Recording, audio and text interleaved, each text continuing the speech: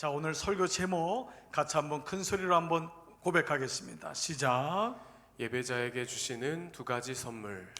자, 지난 주일 예배를 마치고요, 제가 집에 돌아와서 좀 쉬면서 그 친구가 마침 보내준 동영상 하나가 있었는데 그 보게 되었습니다. 그 디스커버리 영상이라고요, 좀 다큐로 만들어진 건데 이 동물이나 이 생태학에 대해서 만들어진 얘기입니다. 그러니까 이제 발견된 것들을 얘기하는데 그 중에 하나가 우리가 보통 이제 일본 잉어나 비단 잉어라고 불려지는 코이 잉어라고 하는 이 물고기에 대한 이야기였습니다. 이 코이 잉어가 참 많은 사람들에게 또 알려지기도 했고요, 심지어는 이 과학자들은 물론이거니와 이 동물학자들이나 심지어 이 사회학자들에게까지도 이 코이 잉어에 대한 관심을 갖는 게 이 코이 잉어의 적응력 때문에 그렇습니다. 이 환경에 굉장히 빠르게 적응하는 이 적응력 때문에 사회학자들까지도 관심을 갖게 됩니다. 실제로 이 코이 잉어는요, 집에서 어항에서 기르면 불과 한 10cm 정도, 손바닥만한 크기입니다. 잉어인데도 불구하고 작습니다. 그런데 이 잉어가 수족관처럼 큰 곳에 가거나 아니면 연못에 가면은 무려 기본이 30cm에서 50cm까지 자랍니다. 굉장히 크죠. 우리가 보통 연못 같은 데 가면은 비단 잉어 중에 큰 잉어를 이런 보셨을 것입니다. 더 놀라운 거는요, 강에다가 풀어놓으면은 무려 1m 정도까지로 커집니다. 그러니까 이제 이 생태계에 따라서 이 코이 잉어는 자기가 이 커져야 될 때를 커지고, 그러니까 어느 틀에다 놓지 않으면 틀이 넓어지면은 점점 넓어진다라고 하는 이 빠른 적응력에 대한 걸 얘기하죠.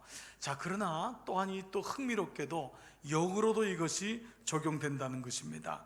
예를 들면은 이 코이 잉어를 다시 원상태로, 아니면 작은 틀이나 혹은 자기를 묶어두는 밀폐한 곳에 들어가면은 코이 잉어는 더 이상 성장을 포기합니다.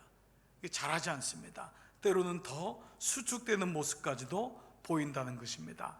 자, 뭐 여러 가지로 좋은 의미에서 이제 적응력에 대한 얘기를 하고 있지만은 또 그 반대의 경우, 환경이 안 좋을 경우는 또 그렇게 또 수축되고 또 자라는 것을 포기하는 경우까지도 가는 것을 보게 된다는 것이죠. 자, 여러분 어떻게 생각하십니까? 물론 여기에 대해서는 뭐 여러 가지 이론이 따르겠지만은 이렇게 환경이 중요하다, 환경에 의해서 모든 피조물들은 영향을 받는다라는 것이 보통 이제 동물학자들, 과학자들의 얘기지만, 우리가 믿고 있고 우리가 말씀을 고백하고 있는 하나님 말씀은 어떠한가? 라는 것입니다. 하나님 말씀은 우리가 환경이 어려워지고 힘이 들면은 뭐라고 말씀하십니까? 그래, 환경이 그렇게 되었으니까 그냥 그렇게 살려무나, 너 환경이 그런 걸 어떡하니? 라고 말씀할 거라는 것입니다. 마침 우리가 요즘 묵상하는 누가복음 어제 묵상이 예수님이 공생애를 처음 시작하는 4장의 말씀인데요, 그 예수님이 세례를 받으시고 모든 것이 준비되어 있습니다. 성령 충만해요? 그럼 이제 사역을 나가셔야 되는데, 놀랍게도 그 4장 1절은 성령께서 예수님을 광야로 인도하시는 것을 보게 됩니다. 자, 4장 1절 말씀입니다. 예수께서 성령의 충만함을 입어 요단강에서 돌아오사 광야에서 40일 동안 성령에게 이끌리시며, 성령께서 어디로 예수님을 몰고 가셨냐? 광야로 몰고 가셨다. 똑같은 내용을요, 마가복음 1장 12절은 아주 직접적인 화법으로 이렇게 쓰고 있어요. 성령이 곧 예수를 광야로 몰아내신지라. 성령 충만하고 그 환경이 좋은데 오히려 더 좋지 않은 아주 열악한 곳에 하나님은 예수님을 가게 하는 거예요. 광야에서 왜 움츠려 살게 할까요? 너는 그냥 광야에서 살아 라고 하는 것으로 광야로 내보내셨을까요? 이것이 하나님의 뜻이 우리의 생각과 다른 이유 중에 하나일 것입니다. 오늘 시편 말씀은요, 시편 150편 중에서 유일하게 안식일의 찬송시라고 표제어가 나와 있는 것입니다.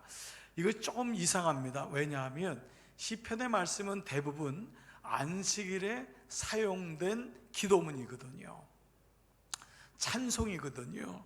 그런데 이렇게 표제를 붙인 것에 대해서 성서학자들은 뭐라고 하냐? 이렇게 표제를 붙이지 않으면 안 되는 때에 쓰여진 시라는 것입니다.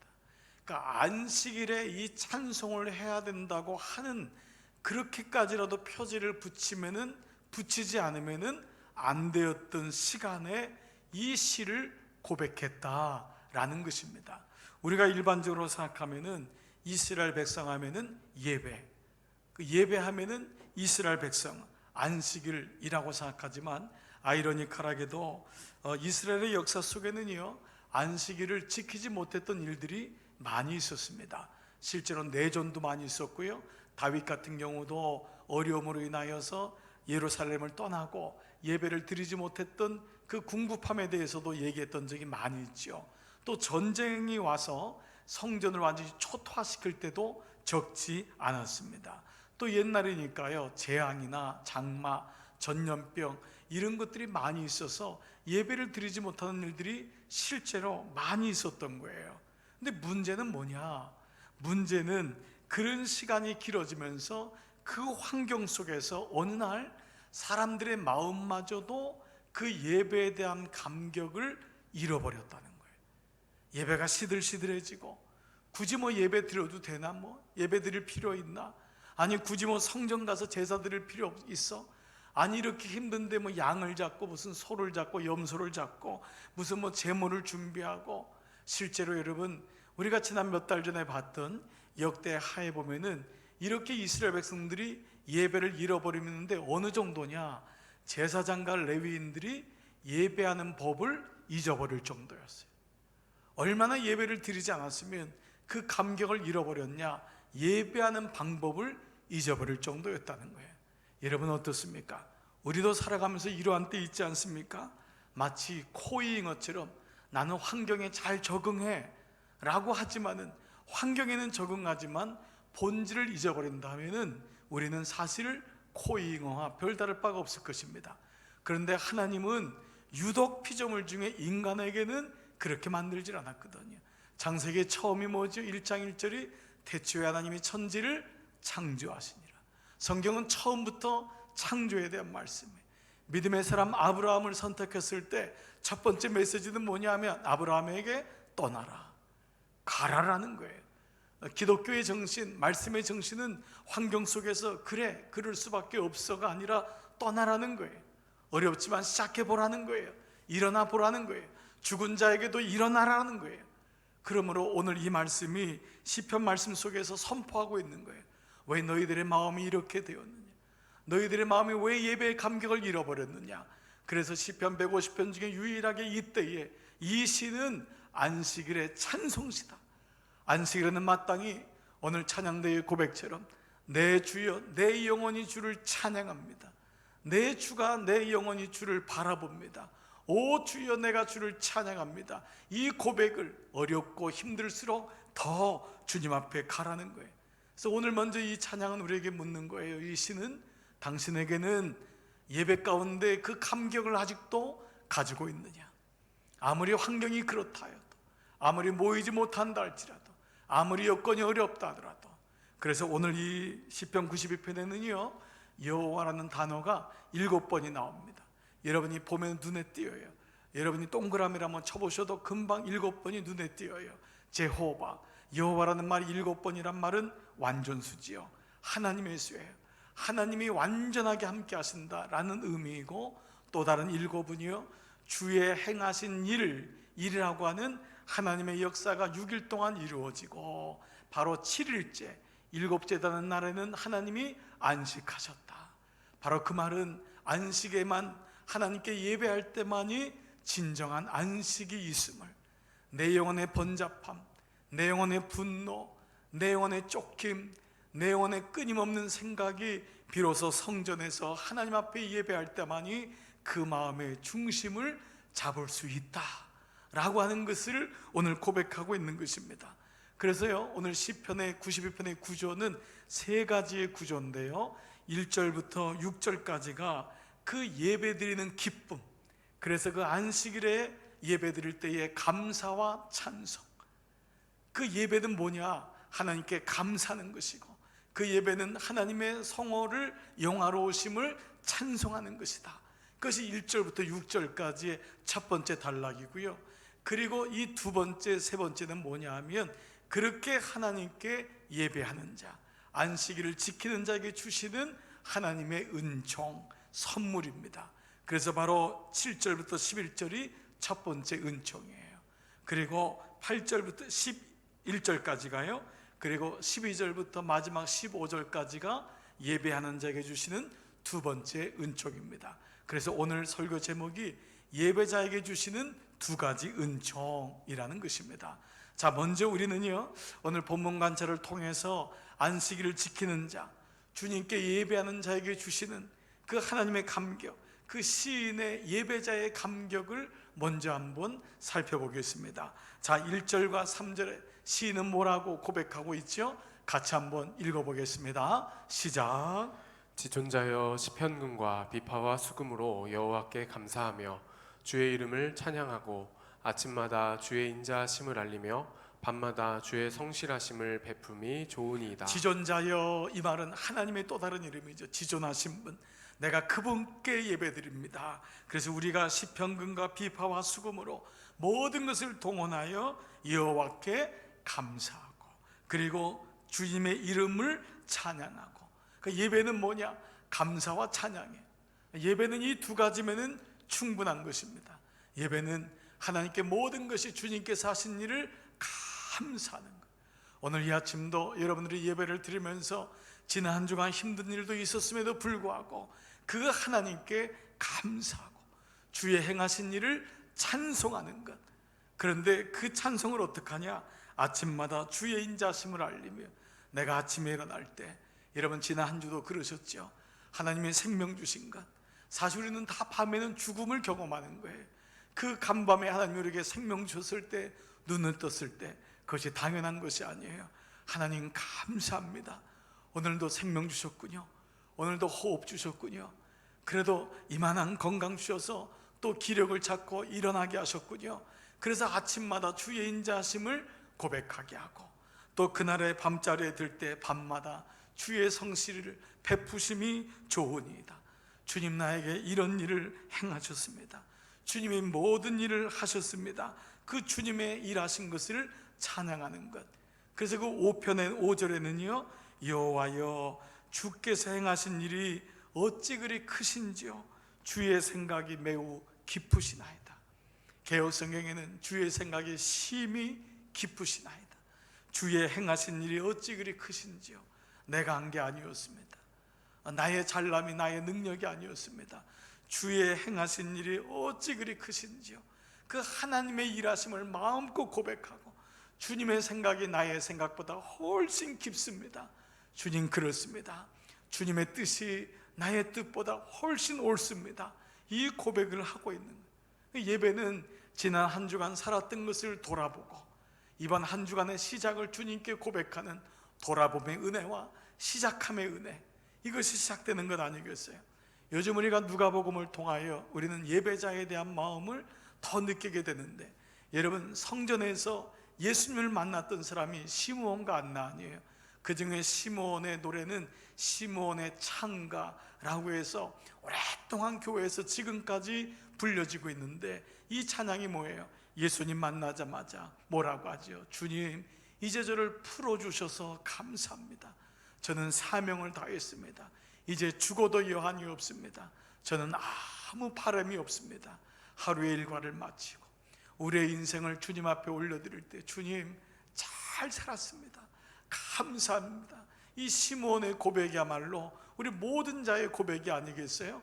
그래서 이 고백을 가르쳐서 눅크 디메티스, 눅크 디메티스란 말은 이 시므온의 찬양의 고백을 라틴어 성경에 눅크란 말은 now, 지금, 디메티스란 말은 도미나일에서 나온 말로 로드, 주님, 이제 주님 나는 여한이 없습니다. 이 고백을 하는 거거든요.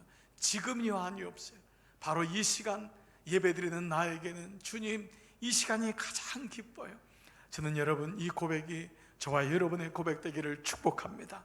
저도 어느 때부터인가 이 눅크 디메티스의 기도가 제 삶 속에 들어와 있더라고요. 아침이 시작되면 눅크 디메티스, 하나님 이제 하루가 시작됐군요. 하루가 마무리될 때 주님 감사합니다. 마지막 주님, 내가 주님 앞에 갈 때까지 이 고백이 있게 하여 주옵소서. 오늘 이런 고백이 바로 있는 거죠. 이게 진정한 예배자의 고백이에요. 그래서 예배자는 주님께서 하신 일과 또 그분의 생각을 아는 시간. 예배란 게 뭘까? 그분의 하신 일, 주님께서 하신 일이 무엇인지를 알고 그분의 생각을 아는 시간이 예배인 것입니다. 나의 주장이 아닌, 오늘도 예배할 때 그분의 시간에 그분의 마음을 아는 것입니다. 그분이 나에게 행하신 일, 앞으로 행하신 일, 우리 나라를 향해서 행하실 일, 우리 몸된 교회, 우리 자녀들을 위해서 행하실 일을 고백하고 그분의 마음을, 생각을 하는 거예요. 그래서 시인은요, 이런 하나님의 생각, 하나님의 뜻을 모르는 자에 대해서 반어법적으로 얘기한 게 6절이에요. 6절에 보면 어리석은 자도 알지 못하며 무지한 자도 이를 깨닫지 못하나이다. 이 말씀으로 하면은 어리석기 때문에 알지 못하고 무지하니까 깨닫지 못할 텐데, 이 말은 역설이고 반어입니다. 그분의 뜻을 알지 못하니 그는 똑똑한 것 같지만 어리석은 자요. 그분의 마음을 알지 못하니 그는 깨달은 자 같고 아는 자 같지만은 무지한 자다. 그래서 하나님의 마음을 알고 하나님의 뜻을 깨닫는 자만이 참으로 지혜로운 자다. 참으로 이 자가 아버지의 마음에 합한 자다라는 것입니다. 그러므로 아무리 상황이 우리를 힘들게 하고 여러분 사건들이 여러분을 움츠러든다 할지라도 그냥 이런 거지 뭐, 그냥 이렇게 살아가는 거지, 여러분 이것이 아니라 그럴 때일수록 여러분의 마음이 포기되고 싶고 때로는 내 믿음이 어디 있는가 의심이 들 때일수록 더욱더 하나님 앞에 나가는 것을 멈추지 마십시오. 오늘도 예배자의 마음, 내가 예배를 드리면 하나님께 영광을 돌리지만 그 예배가 결국 나를 살리는 줄 믿습니다. 지금까지 내가 여기까지 온 것 내 능력이 아니고 그 예배를 드린 것, 그 예배가 나를 살린 것입니다. 그러므로 오늘 이것이야말로 하나님의 생각을 신뢰하는 것, 이것이 진정 예배자의 고백인 줄 믿습니다. 우리가 이것이 오늘 안식일에 찬송시라 그랬잖아요. 우리가 찬송을 많이 하는데 많은 찬송 중에서 우리 믿음의 선배들이 부르고 우리가 늘 감동받는 찬송이 하나 있습니다. 그것은 바로 내 주여 주여 뜻대로, 내 주여 뜻대로. 이 찬송 여러분 아실 것입니다. 내 주여 뜻대로, 내 마음의 뜻이 아니라 내 주여 주님의 뜻대로 하옵소서. 그런데 이 찬송은 사실 그 배경이 만만치만은 않습니다. 이 찬양은 지금부터 300여 년 전 1704년에 독일 북부에서 목회하시던 이 슈몰크 목사님이 작시한 그분의 시편입니다. 사모님과 함께 신방을 다녀왔는데 어느 날 언덕을 넘어서는데 저 언덕에 당신의 집이 있는데 연기가 나는 거예요. 가까이 갔더니 불이 다 나가지고 집이 다 타버렸어요. 근데 문제는 그 안에 어린 두 아들이 있었던 것입니다. 결국 집에 들어가니까 두 어린아이가 나오지 못하고 그 안에서 다 타 죽은 것입니다. 집은 다 전소됐고 무엇보다 그 생떼 같은 두 아들이 죽어있는 현장 속에서 이 목사님이 사모님과 함께 하나님께 부르짖으며 불렀던 그분의 시편이 바로 이 찬양, 내 주여 뜻대로. 도무지 주님의 뜻을 알 수가 없고 왜 이런 나에게 환경을 주시나요? 왜 이런 아픔을 주시나요? 그가 고백했던 시편의 1절 가사, 내 주여 뜻대로 행하시옵소서. 온 몸과 영혼을 다 주께 드리니 내 몸과 영혼을 다 주님의 것입니다. 이 세상 고락간 고통이 있든 기쁨이 있든 주님 인도하시고 나를 주관하셔서 뜻대로 하소서. 나는 주님의 뜻을 알고 순종하기를 원합니다. 주님의 뜻이면 내가 그렇게 하겠습니다. 3절 가사는 죽든지 살든지 뜻대로 하소서. 오늘 이 예배를 통하여 하나님의 뜻이 여러분에게 잘 보여지고 다시 주님의 뜻을 찾고 그 주님의 뜻을 아는 시간 되기를 축복하며 오늘 이 찬양 한번 1절만 같이 한번 고백해 보면 어떻습니까? 같이 한번 찬양해 보시죠. 내 주여 뜻대로 행하시옵소서. 내 주여 뜻 나의 뜻이 아니라 주님의 뜻을 내가 알기를 원합니다. 온 몸과 영혼을, 이게 예배입니다. 내 몸과 영혼을 주님 앞에 드립니다. 이 세상에 고통이 있고 기쁨이 있지만은 이 모든 것 주님 인도하여 주셔서 이 땅에 사는 동안에 나를 주관하셔서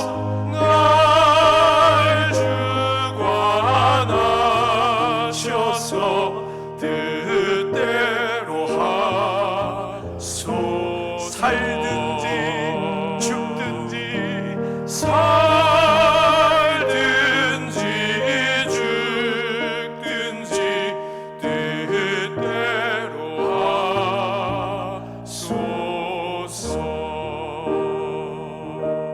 아멘. 오늘 이 은혜가 우리 모두에게 임하기를 축복합니다. 이것이 오늘 시편 기자는 예배를 잃어버린 우리에게 주님의 뜻은 분명하고 주님의 뜻은 가장 좋다. 아무리 환경이 어려워도 낙심하지 말고 주님의 뜻을 알고 주님의 뜻을 신뢰하라 라는 것입니다. 자, 그렇다면요, 하나님은 이렇게 당신을 찾고 예배하는 자들을 그냥 두지 않습니다. 당신의 은총을 베풀어 주시죠. 오늘 본문에는 말씀드린 대로요, 두 가지의 은총을 말씀하셨는데, 제가 이 한 주간 말씀을 묵상하다 보니까 이 두 가지 은총이 하나하나가 너무 귀하더라고요. 제가 이 짧은 시간에 여러분에게 다 담을 수가 없어서 오늘은 첫 번째 은총에 대한 말씀을 나누고요, 다음 주에는 정말 영원한 청춘에 대한 말씀, 하나님이 나이가 들어도 늙지 않게 하시는 그 놀라운 은혜의 말씀이 두 번째 선물인데, 그 말씀은 제가 다음 주에 말씀을 드리겠습니다. 자, 그렇다면 첫 번째 은총이 뭐냐? 7절부터 11절인데요 이것은 예배 드릴 때 어떠한 은총 선물을 받냐? 바로 이것입니다. 악인에 대한 올바른 반응입니다. 악이라는 존재, 그리고 악한 사람, 악한 사건, 우리를 원하지 않는 그런 사건과 기억 속에서 내가 어떻게 올바로 반응하게 하는지 하나님은 이것을 주십니다. 이런 믿음은 뭐라 그랬죠? 반응 아닙니까? 믿음은 하나님이 내게 주신 믿음을 가지고 어떻게 이 세상을 살아가냐가 중요한 것이죠.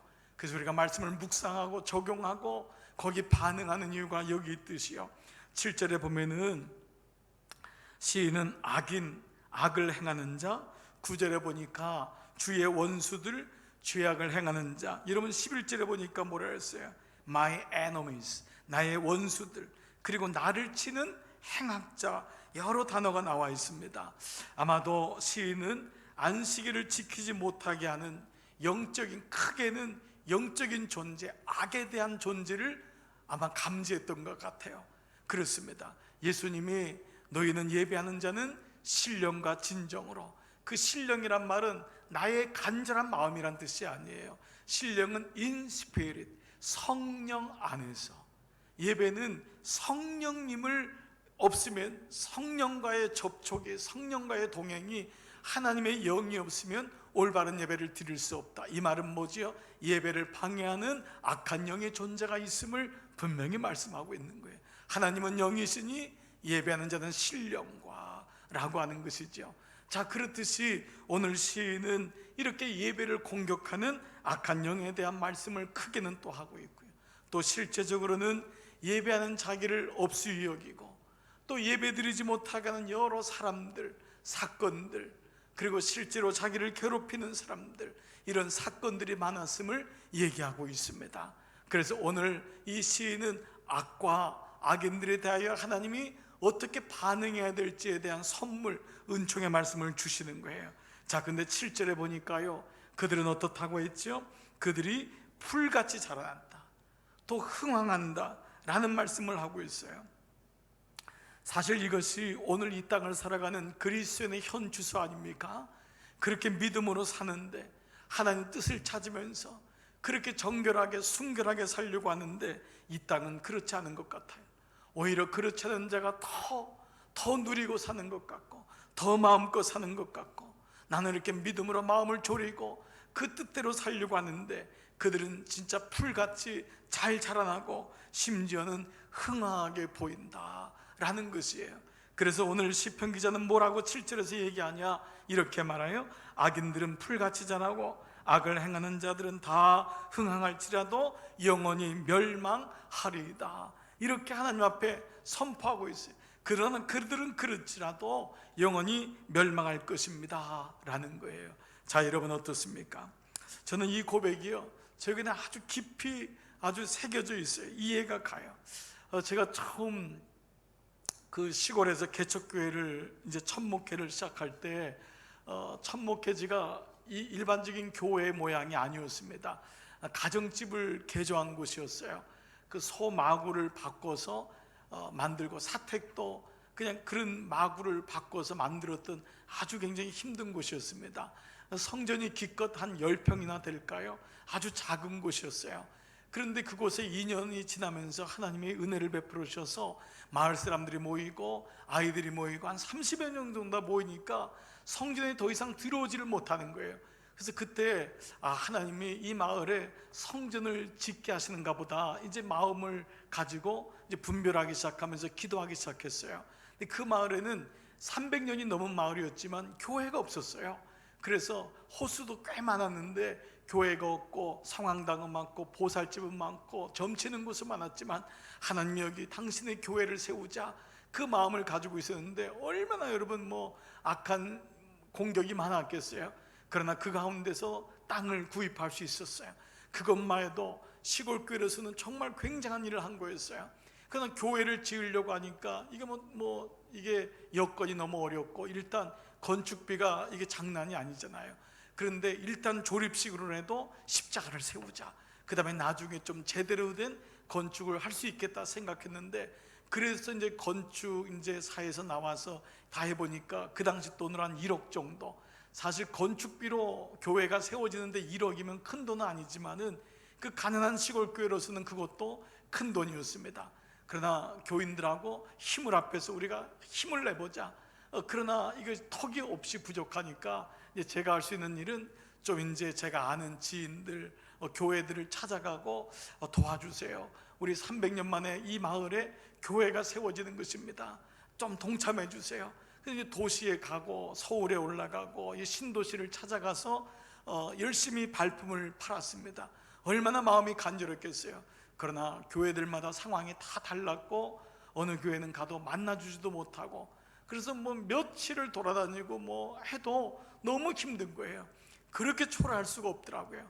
너무 힘이 드는 거예요. 300년 동안 교회가 없는 곳에 십자가 세워보겠다고 하는데 어느 누구도 도와주질 않으니까요. 그 가서 간절히 요청을 하고 조금만 도와주시면 우리가 힘을 내보겠다고 하는데도 안 되는 거예요. 그러다가 어느 날 이게 밤에 이제 해가 다 지고 너무 그냥 그 겨울이었어요. 그때도 너무 추운데 한참 이 신도시에 건축물이 올라가는 게 눈에 보이는데 그게 무려 한 섹션, 한 지역이 다 모텔촌인 거예요. 모텔. 지금이야 많이 좋아지고 그랬지만 그 당시 모텔은요 그야말로 죄 짓는 곳이거든요. 그래서 들어가는 사람도 나오는 사람도 안 보이게 하려고 다 가려진 곳인데 얼마나 모텔을 잘 짓는지, 모텔이 한두 군데가 아니면 수십 군데가 한 곳에 지어지는데 그게 올라가는 거예요. 그 모습을 보니까 너무 속상한 거예요. 하나님의 교회는 1억이 없어가지고 교회를 못 세우는데, 조금만 도와줘도 교회를 세울 수 있는데 저 모텔들 죄 짓는 데는 저렇게 돈이 많아가지고 수십억짜리, 어떤 건 100억짜리 같은 게 올라가는 거예요. 그래서 하나님을 향해서 너무 눈물이 나는 거예요. 진짜 너무 눈물이 쏟아지더라고요. 하나님, 이럴 수가 있어요? 어떻게 이렇게 하세요? 어떻게 세상이 이래요? 그래서 제가 그때 성격이 이렇게 모질지 못한 편인데도 근데 너무 화가 나니까요, 그 모텔을 향해서 제가 그냥 화 있을진저 이러면서 그냥 그랬어요. 그리고 모텔 사장은 망할지어다. 그 이후에 망한 분은 제 기도 때문에 망했을지 모르겠는데 너무 속상하니까 저 모텔에 들어가는 사람 화를 받을지어다 이런 얘기를 하면서 너무너무 속상한 거예요. 너무 힘들었던 거예요. 정말 오늘 이 말씀처럼 악인들은 풀같이 자라고 악을 행하는 자들은 흥황할지라도 영원히 멸망하리로다. 이 시인의 고백이 오더라고요. 그러나 여러분, 꼭 이렇게 보여지는 것만 있는 건 아니에요. 여러분 삶의 자리에서 보면은 때로는 어떤 사람, 어떤 사건 때문에 너무 힘들 때도 있었을 거예요. 한 번은 한 형제분이 상담을 요청하셔서 이제 이분하고 얘기하는데요, 너무 참 마음이 아프더라고요. 너무 안 된 일이 있는 게, 그렇게 여러 시험을 봐서 좋은 직장에 들어갔는데 이 동료가 이기적인 동료를 만난 거예요. 너무 똑똑한 거예요. 또 근데 너무 아첨이 많고 또 잘난 체도 잘하고 상사들한테 얼마나 잘 보이는지, 아첨을 잘하는지 혀를 내두를 정도인데, 또 이 사람은 무신론자고 불가지론자라서 만날 때마다 사람들 앞에 교회에 대해서, 교인들에 대해서 아주 그냥 공공연하게 욕을 하는, 너무너무 이런 이기적인 사람.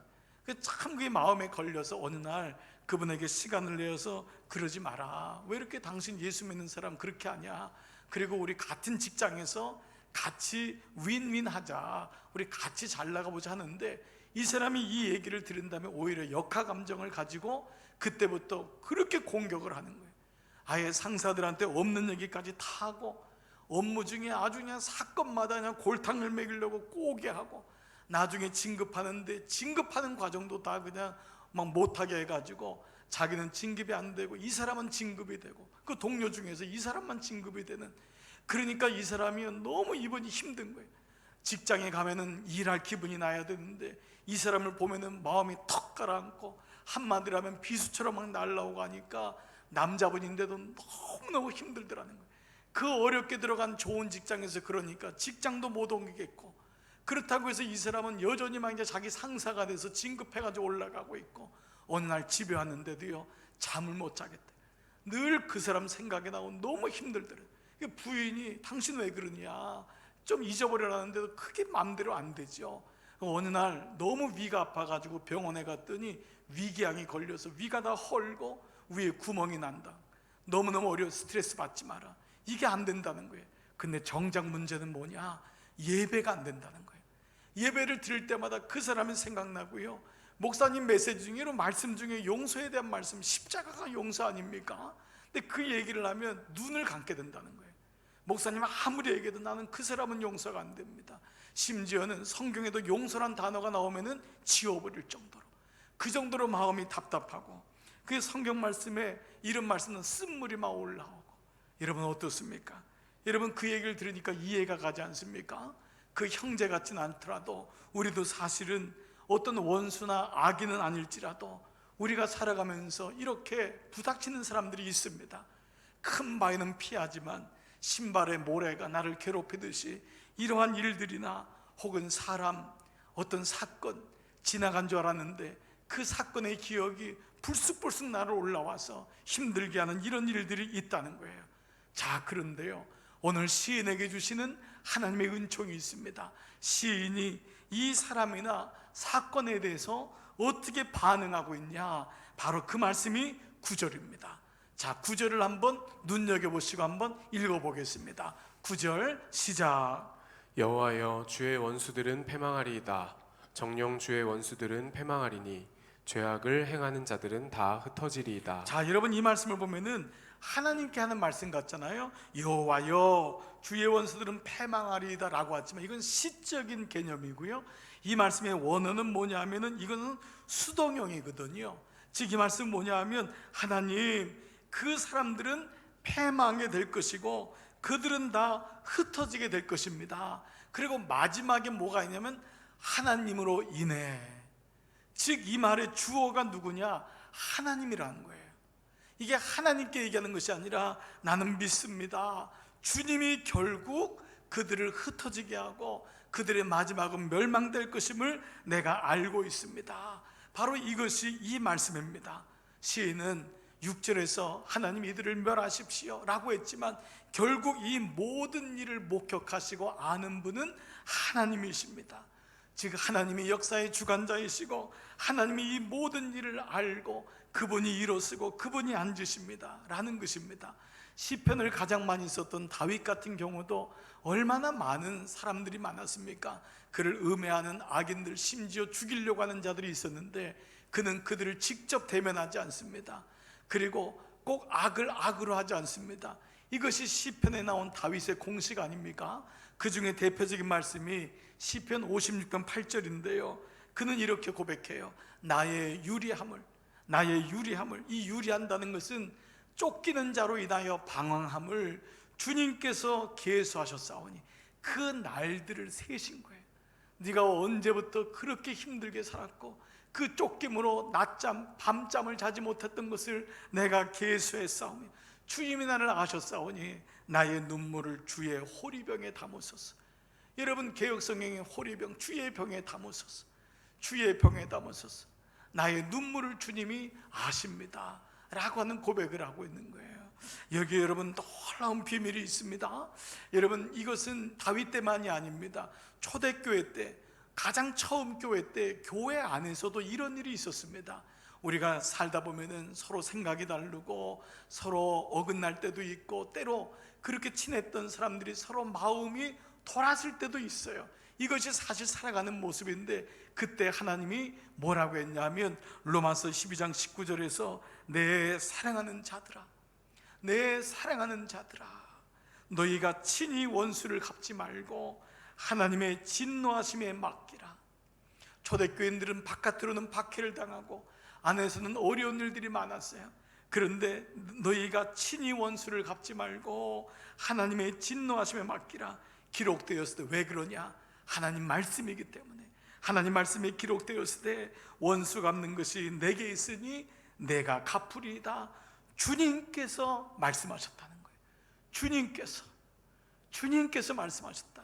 신명기의 말씀, 시편의 말씀을 통하여 사도 바울은 원수 갚는 일이 하나님께 있다. 내가 알다. 내가 갚을 것이다. 여러분 저는 오늘 이 말씀을 성령의 은혜로 여러분들이 이 말씀을 깊이 묵상하시고 이 은혜가 있기를 먼저 간절히 기도드립니다. 여러분 이 말씀은요, 그러면 세상의 부조리에 대해서, 세상의 불의에 대해서, 그 나쁜 악인에 대해서 무조건 침묵하라, 여러분 그런 것만은 아닙니다. 너는 아무것도 하지 말고 그냥 무조건 그냥 상처 입고 너는 무조건 당하기만 해 라는 말씀으로만 이해하시면 안 됩니다. 이 말씀은요, 무엇보다 먼저 하나님께 초점을 맞춰야 된다. 하나님의 마음을 먼저 알아야 된다. 그렇지 않으면 잘못된 반응을 하게 되고 그 잘못된 반응이 너의 인생을 계속해서 묻게 할 것이다 라고 하는 아버지의 깊은 뜻이 있음을 말씀하고 있습니다. 사람도 다 육으로 만들었고 인지상정이고 왜 원수 갚는 일이 여러분 우리에게 없겠습니까? 이에는 이, 눈에는 눈, 이게 세상 아닙니까? 그런데 하나님의 나라는 그렇지 않다. 하나님이 우리를 만약에 눈에는 눈, 이에는 이라고 했다면 구원의 역사가 있을 수가 없어요. 하나님이 너를 용서한 것처럼 용납한 것처럼 먼저 분별해라. 하나님의 마음이 어떠한지를 먼저 분별해라. 그리고 거기 따라서 잘 반응해야 된다라고 하는 것을 말씀하고 있는 것입니다. 하수가 되지 말라. 상수 되시는 하나님의 마음을 먼저 알아야 된다.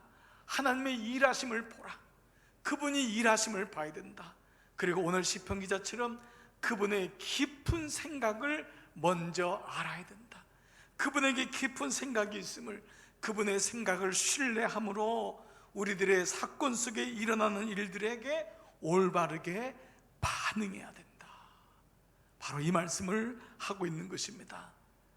이것은 실제로 이 땅에 적지 않은 사람들이 원수 갚는 일에 그 수많은 자신의 삶과 시간, 심지어는 사명까지도 잃어버린 경우를 많이 보게 됩니다. 저도 목회하면서 보니까요, 그 어떤 분 너무 성품도 좋고 너무 신실하게 믿음 생활하는데 그만 어떤 일로 인하여 그 한 사람 때문에 모든 사명, 소명 다 잃어버리고 거기 막혀가지고 맺혀가지고 그야말로 한 맺혔는데, 문제는 뭐냐? 그분이 교회를 안 나오는 게 아니에요. 교회는 나와요. 나오는데 그 맺힌 것으로 계속 신앙생활하는 경우를 많이 보게 됩니다. 여러분 때로 이해가 돼요. 얼마나 답답하면, 얼마나 힘들면 그러겠어요. 그러나 오늘 이 말씀에 이 하나님의 뜻을 잘 분별하셔야 됩니다. 이 말씀이 누구를 위한 것인지, 혹은 실제로 이렇게 복수 정도는 아닐지라도 소심한 복수, 소심한 마음의 갈등으로 인하여 마음의 평화를 얻지 못하고 늘 불안 속에 살아가는 사람들도 적지 않음을 보게 됩니다. 사람으로 인한 것만은 아닙니다. 어떠한 사건이나 어떠한 일들에 대한 기억이 불쑥불쑥 나에게 찾아와서 그것이 나를 얽어매고 나를 붙잡고 있는 것들을 경험할 때가 많이 있어요. 오늘 여러분 어떻습니까? 오늘 여러분은 올바르게 반응하고 있습니까? 예배자에게 주시는 하나님의 은총은 올바르게 반응한다는 것입니다. 왜 그렇습니까? 예배는 하나님이 어떠한 분이신지, 그리고 예배는 하나님이 어떠한 생각을 가지신 분인지를 알기 때문에 바로 그분을 전적으로 신뢰하고 의지하는 것입니다. 제가 시골 교회 얘기를 했지만 이 시골에서 목회하면서 참 배운 것이 많습니다. 그 중에 하나 농사 짓는 자의 지혜입니다. 시골에 계신 어르신들, 할머니, 할아버지들 배운 게 없는 것 같은데요, 아니더라고요. 자연에서 배운, 농사하면서 배운 지혜가 얼마나 많은지요. 제가 첫 해에 갔을 때 이게 이제 교회 텃밭이 있으니까 씨를 심었습니다. 그러니까 이제 새싹이 나니까 신기한 거예요. 야, 이제는 이제 열매를 맺히겠구나. 그런데 이렇게 늘 가는데 제 눈엔 늘 거스르는 게 뭐냐면 잡초입니다. 왜 이렇게 잡초가 많은지, 아침에 나가도 잡초가 보이고 저녁에 나가도 잡초가 보이고 늘 잡초 빼내는 게 일이에요. 그러다 보니까 정작 그 새싹이 나오고 씨에서 나오는 생명은 보지 못하고 알곡은 보지 못하고 잡초 뽑는 일에 제 마음이 다 빼앗겨 있더라고요. 심지어는요, 그 교인들 집사님에게, 집사님 저 잡초 어떻게 하면 좋아요? 아우 저거 눈에 거슬려요. 제가 계속 얘기하니까요, 그분들이 저에게 하는 말이 이 말이에요. 목사님, 전사님, 그냥 놔두세요. 원래 잡초가 있는 거예요. 원래 잡초가 있는 거예요. 근데 그 말이 저에게는 굉장히 울림이 되었어요. 원래 잡초는 있는 거예요. 그러더니요, 가을에 다 농사 짓고요, 겨울이 된 다음에 봄이 되니까요,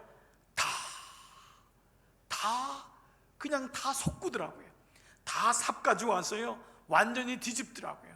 야, 그렇구나. 가만 놔두지만은 그해 봄이 되니까 완전히 뒤집는구나. 큰 밭은요 포크레인 가져와서 다 뒤집더라고요. 뒤집는 역사가 일어나는 거예요.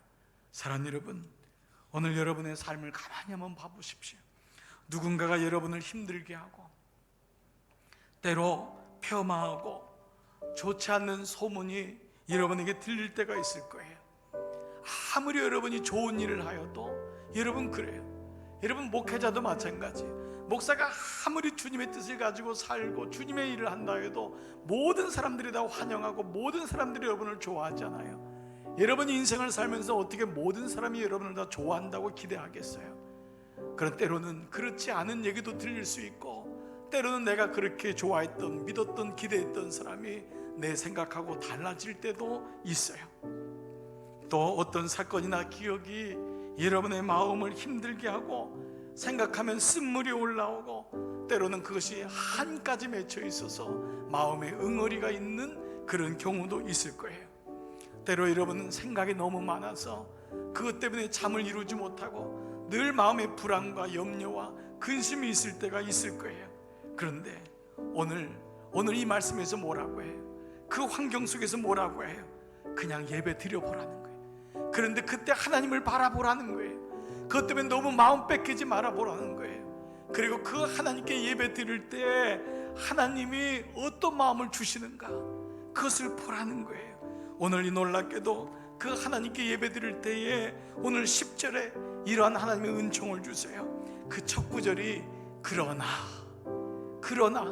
이렇게 많은 사람들이 너를 힘들게 하지만 그러나 내 주께서 내 뿔을 들소의 뿔같이 높이셨으며 내게 신선한 기름을 부으셨나이다.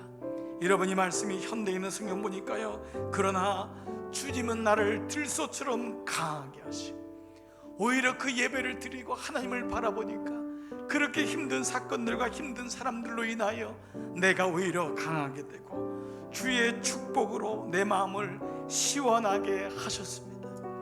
주님의 오히려 그 가운데 예배 드릴 때에 내가 올바르게 하나님 마음을 가지고 반응하니 주님께서 나를 시원하게 하셨습니다. 세번역 말씀에는요, 기름으로 나에게 부어 나를 새롭게 하셨습니다. 기름은 옛날부터 치료제로 썼잖아요. 내 마음을 치료하시는 거예요. 성경은 이 말씀은 신약에 오면은 성령의 기름 부, 하나님의 영이 내 마음을 새롭게 한다는 거예요. 예배 드릴 때 우리는 어떤 사건에 대해서, 사람에 대해서 끊임없는 일어나는 환경 속에서도 나는 예배를 포기하지 아니하고, 나는 그 가운데 실망하지 아니하고 낙담하지 아니하고 하나님을 온전히 예배드림으로 하나님 우리를 들소같이 오히려 강하게 하시고, 오히려 하나님이 나에게 기름을 부어서 나를 시원하게 하시고 나를 고치시는 하나님, 이것이 바로 안식일을 지키며 어떠한 환경 속에서도 주눅들지 않고 예배하는 모든 예배자에게 주시는 하나님의 은총인 것입니다. 하나님은 여러분이 어떤 일로도 예배에 방해받기를 원하지 않습니다. 어떤 일로도 예배를 방해하는 것들이 있다면 하나님 앞에 올리십시오. 그리고 하나님을 온전히 신뢰하십시오. 그분이 정리하세요. 그분이 일하세요. 그분을 신뢰하세요. 끝까지 그분의 생각에 기쁘심을 끝까지 놓치지 마세요. 오늘 이 놀라운 은총, 놀라운 선물이 여러분에게 있습니다. 오늘 예배를 드리시는 여러분에게 이미 선물을 주님이 주셨습니다. 지금 주시고 있습니다. 그리고 앞으로도 주실 것입니다. 이 은혜를 가지고 이번 한 주간 하나님 말씀에 반응하시고, 하나님 올바르게 내가 반응하겠습니다. 올바르게 주님만을 바라보겠습니다. 이 놀라운 은혜가 여러분 가운데 함께 하시는 이번 한 주, 예배드리는 한 주 여러분 모두 되시기를 주의 이름으로 축복합니다. 여러분 시간 다 있는 자리에서 한번 일어나 보시겠습니다. 같이 일어나셔서요, 오늘 찬양할 때 시편 92편으로 만든 시입니다. 찬양입니다. 오늘 이 찬양 같이 고백하면서 오늘 주일 2부 예배 우리 하나님께 영광 돌리고 마무리하겠습니다.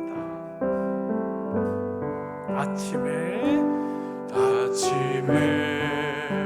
주의 인자하심을 나타내시며 주님이 밤에도 주님이 나에게 성실하심을 베풀어 주십니다. 눈크 디미티스, 주님 여한이 없습니다. 여호와께 여호와 감사하며 내가 주님의 이름을 찬양합니다. 주의 이름을 찬양,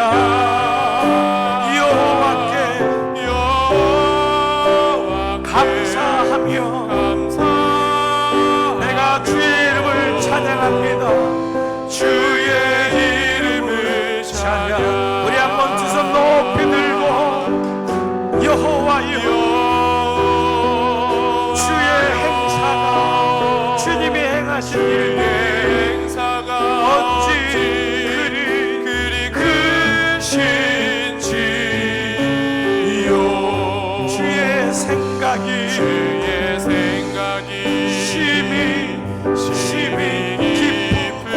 깊으시나이다. 그렇습니다. 아버지, 아침에 주의 인자하심, 난 온전히 주님만을 바라봅니다. 주님, 내가 주님을 온전히 신뢰합니다. 밤마다 주의 성실하심을 베품이 좋나이다. 이 시간 기도할 때 아버지, 내 안에 내가 원치 않는 생각들이 있습니까? 내 안에 내가 원치 않는, 하나님 기뻐하지 않는 생각들이 있다면 주님, 내가 주님 앞에 굴복합니다. 순종합니다. 예배자에게 주시는 악과 악인에 대해서 내가 올바르게 반응하겠습니다. 아버지의 일하심을 내가 신뢰하겠습니다. 주님, 이 놀라운 주의 은혜가, 상수되시는 아버지의 놀라운 마음이, 그 생각이 내 안에, 예배하는 내 안에 놀랍게 임하게 하여 주시옵소서. 우리 함께 고백하며 기도하며 나가겠습니다. 살아계신 아버지 감사합니다. 아버지, 주의 인자하심이, 주의 성실하심이 내 안에 있사오니 내 안에 원치 않는 분노와 내 안에 원치 않는 시기의 마음과 아버지 편치 않은 마음과 사건과 아버지 생각과 기억과 사람들로 인하여 내 마음에 쓴물이 올라오고 그 사람으로 인하여 내가 공고함을 당하고 내가 어려움을 당하고 내가 오해를 받고 내가 심지어 아버지 어려운 일을 경험한다 하더라도 주님, 나는 예배자요, 나는 주님을 신뢰합니다. 주님, 너의 원수 같는 일을 너로 하지 말고 나에게 맡기라. 내가 이 모든 일을 할 것이니라. 하나님이 흩어지시고 하나님이 할 것이며 하나님이 일할 것입니다. 아버지, 오늘 내 안에 이 놀라운 인생의 반응이 있게 하여 주시옵소서. 생각지 못한 주의 풀어주심이, 생각지 못한 주의 일하심이 내 안에 있게 하셔서 아버지, 나로 예배를 방해하는 것이 무엇입니까?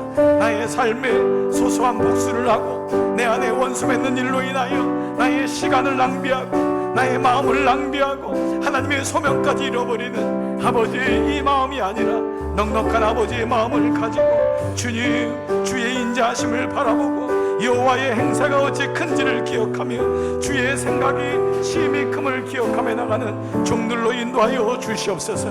오늘 예배하는 종들마다 이 마음이 있게 하시고 이 마음으로 그 마음 속에 놀라운 은혜가, 놀라운 평강이, 놀라운 축복이 넘치게 하여 주시옵소서. 아버지, 감사합니다. 아버지의 마음으로, 아버지의 마음으로 그 마음들을 만져주시옵소서. 두려워하지 말라, 놀라지 말라, 마음에 불편해하지 말라, 쫓기지 말라, 마음에 분노를 가지지 말라. 하나님 마음이 어떤지를 초점을 맞추게 하시고 아버지의 생각으로 충만케 하여 주시옵소서. 아버지, 감사합니다. 아침마다 주의 인자하심을 고백하게 하시고 밤마다 주의 성실하심을 찬양하는 예배자의 삶을 나에게 주심을 감사합니다. 그러나 때로 나에게 맺혀 있고 때로 나에게 걸림이 되고 힘들어.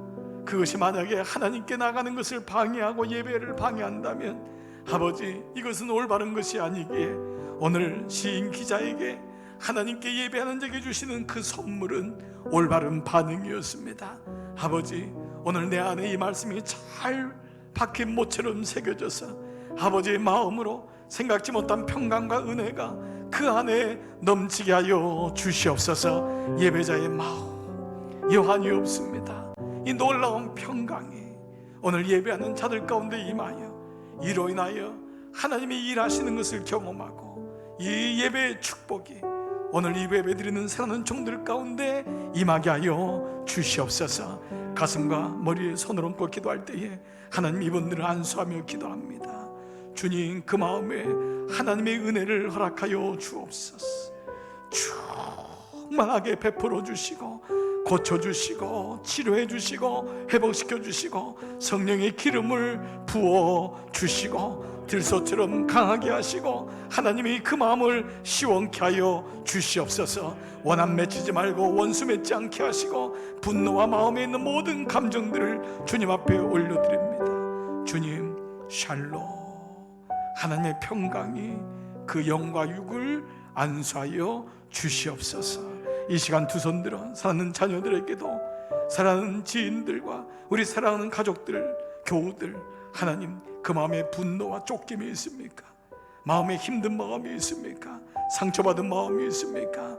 주님, 그분 모든 마음을 주 앞에 굴복시키게 하시고 그들이 주 안에 주시는 놀라운 은혜와 화평이 있게 하여 주시옵소서. 치유하여 주시옵소서. 몸된 위에 주님의 손으로 얹고 기도합니다. 하나님, 화평함을 따르라. 하나님의 인자하심을 따라 그 마음에 진실한 평화가 임하고 하나님 앞에 주시는 놀라운 그 은혜가 우리 몸된 교회 위에 우로부터 아래까지 흘러넘쳐 사람과 사람 사이에 주시는 놀라운 은혜와 화평이, 사건 속에서는 모든 은혜가 하나님 저들에게 샬롬으로, 평화로, 예배로 임하게 하여 주시옵소서. 이제는 성부와 성자와 성령의 은총이 머릿속의 모든 종들 위에 이제로부터 영원토록 함께 하시기를 간절히 축원하옵나이다. 아멘.